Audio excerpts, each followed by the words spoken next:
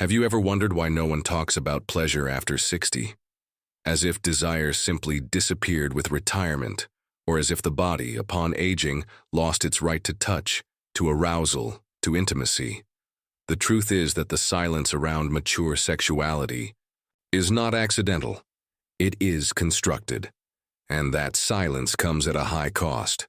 It costs self-esteem. It costs connection. It costs emotional and physical health. For decades, we were taught that sex was a topic for the young. That passion has an expiration date. That wrinkles and gray hair are incompatible with desire. But that has never been true. And it's time to dismantle that myth. At 60, 70, 80 years old, the body can absolutely continue to desire. The heart continues to seek affection. And the skin, even with the marks of time, still responds to touch with pleasure, with intensity, with life. What changes with age isn't the end of sexuality. It's the way we live it. Maybe the pace is slower. Maybe desire needs more time, more connection, more listening. But when there's freedom to explore without guilt, without rush, without shame, the experience can be richer than it ever was. Maturity offers a gift that few take advantage of, the right to live pleasure with authenticity. Dr. Ruth used to say that sexuality is much more than the sexual act. It's about intimacy, touch, and the desire to feel alive. And she knew exactly what she was talking about.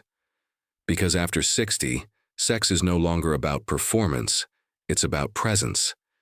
It's about surrendering consciously, generously, openly. It's about allowing yourself to feel, even if the world says it's no longer time. Because pleasure, when lived in maturity, has a silent, deep, transformative power. Many people believe that desire diminishes over time. And yes, it can change, but that doesn't mean it disappears. What really happens is that we spend so much time repressing, hiding, pretending we don't feel, that desire ends up hiding too. But it remains there, waiting for space, for stimulation, for freedom. It's like a small flame that needs air to grow, and that air comes from self-knowledge, from curiosity, and most of all, from permission. Permission to touch your own body with care, to say what you like, what you don't like, what awakens your desire. Permission to feel without apologizing. To seek new forms of pleasure, even if different from the ones you once knew. Maturity does bring challenges. Vaginal dryness, erectile dysfunction, hormonal fluctuations, insecurities about body image. But none of that needs to be a barrier to pleasure. When there's information, care, and dialogue, these challenges can become bridges. It is possible to rediscover pleasure through new practices, new positions, new toys, new ways of connecting. All of that is possible. And it starts with an honest conversation like the one we're having right now. And since you've made this far, it shows that this topic also pulses within you. So take a moment now and like this video. Subscribe to the channel. Turn on notifications. Because here, we're going to talk about sex, about pleasure, about the body and self-esteem with the truth you deserve to hear. Without shame, without taboo, without filters. Dr. Ruth always emphasized that sexual education is a right throughout. And that's exactly what we're building together here. A space for listening, for discovery, for reconnection. You are not alone. Not at all. There's an entire community that also wants to live sexuality with more freedom, more affection, and more pleasure. Maturity is not the end of pleasure. It's the beginning of a new intimacy. Deeper, more honest, more beautiful. One of the greatest lies we've been told is that the aging body stops being desirable. And that hurts deeply because it disconnects us from our own sensuality. But desire is not about appearance. It's about connection. And real bodies with wrinkles, marks, softness, scars can absolutely be sources of pleasure, of attraction, of eroticism. Because sensuality isn't in youthful skin. It's in the presence of the one who inhabits it. When someone surrenders with truth, when they meet your eyes with desire, when they touch with intention, that is deeply erotic at any age. Many people after turning 60 begin to avoid the mirror. The body changes, and with it come insecurities, silences, even shame. But it's exactly at that point that we need to relearn how to look at ourselves. With compassion, with affection, with curiosity. The body you have today is the result of everything you've lived. The stories, the pains, the pleasures, the lessons. It doesn't need to be judged. It needs to be celebrated. And when you start to touch yourself with gentleness, to explore without hurry, to allow yourself to feel, something powerful happens. The body responds. Dr. Ruth used to say there is no age to stop learning about your own pleasure. And she was right. Maturity is fertile ground for exploring new forms of intimacy. Communication becomes more important than ever.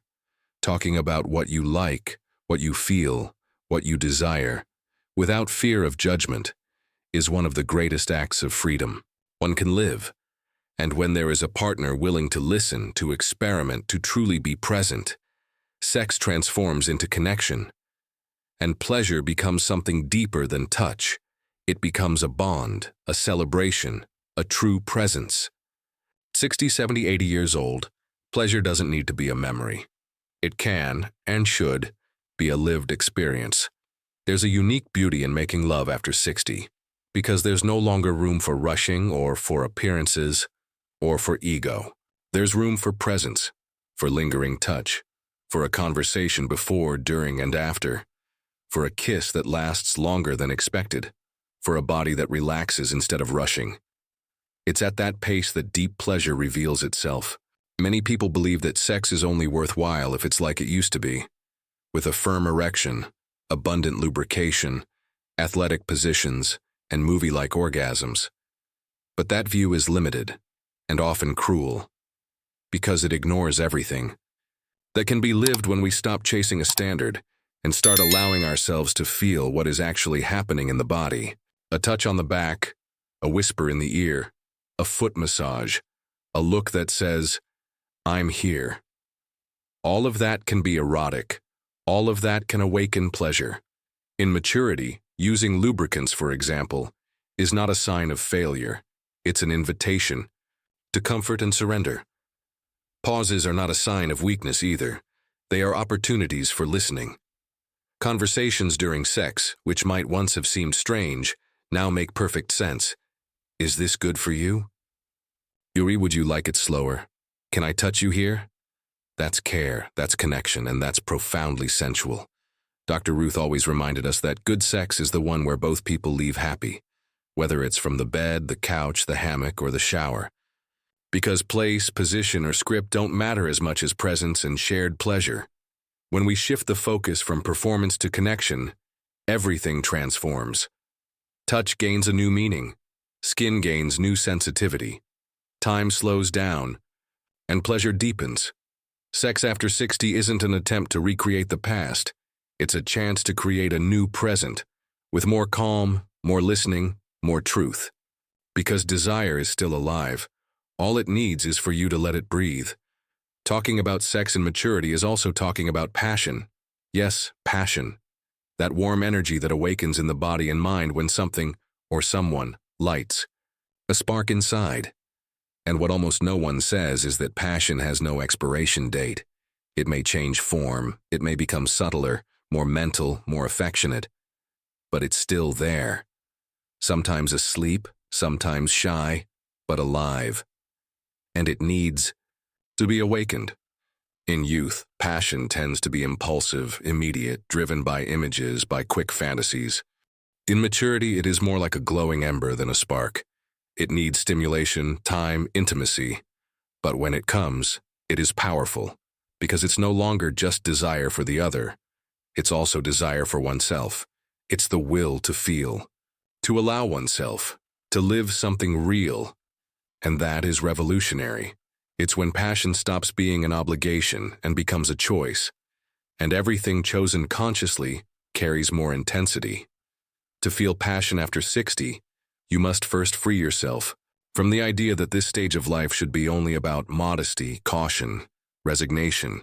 The body can still respond, but it needs to be awakened with affection, with patience, with creativity. Watching an erotic film that stimulates you is worth it. Reading a book with scenes that spark your imagination is worth it. Allowing yourself to fantasize, to talk to your partner about old desires and new wishes is worth it. Passion is born where there is freedom. Dr. Ruth used to say, there is no age limit to feel desire. And she advocated that eroticism is part of health, just like nutrition or sleep. The problem is that many, as they grow older, disconnect from their own desire. They think they shouldn't feel it anymore, or that their time has passed. But it hasn't. As long as you are alive, passion can exist.